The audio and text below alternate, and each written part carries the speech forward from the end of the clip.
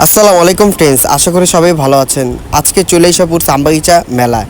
তো মেলায় এখানে আইসা দেখে একজন পদ্মাশীল নারী এবং বোরকা পরা উনি বাসা থেকে বিভিন্ন আইটেম রান্না করে উনি বিক্রি করে। তো লুডুসটা দেখলাম, তো আমার পছন্দ হলো, ওনাকে বললাম এক এক প্লেট লুডুস দেন, উনি আমাকে দিল।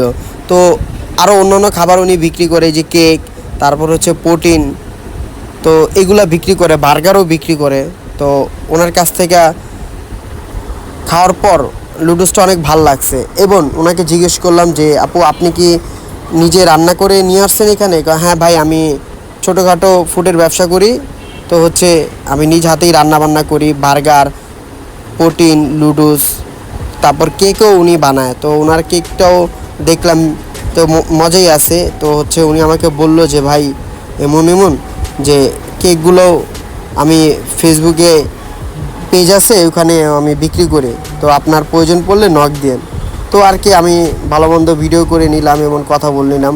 এখানে ওনার হাজব্যান্ডও বিক্রি করে। তো আমি এটা হচ্ছে প্রথমবার যখন আমি দেখলাম, তো অনেকক্ষণ দাঁড়া থাকার পরে তো ওনাদের খাবারটা আবার খেলাম, তো ভালোই লাগলো, আমি দুইবার খাইছি। যাই হোক, আপনারা ভিডিওটা ভালো লাগলে এবং সাবস্ক্রাইব এবং লাইক এবং কমেন্ট করবেন।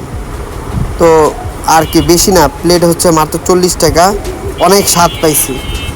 ঠিক আছে, মানে কি বলবো আর, অন্য অন্য জায়গায় লুডুসগুলো দেখছি, ওইগুলো কোনো স্বাদ নাই, কিন্তু এই খাবারটা খেয়ে ভালোই স্বাদ লাগছে এবং মজাও পাইছি, যে যেহেতু একজন বাসায় রান্না করে নিয়ে আসে এবং খুব পরিষ্কারভাবে পরিচ্ছন্নভাবে রান্নাগুলা করা হয়েছে।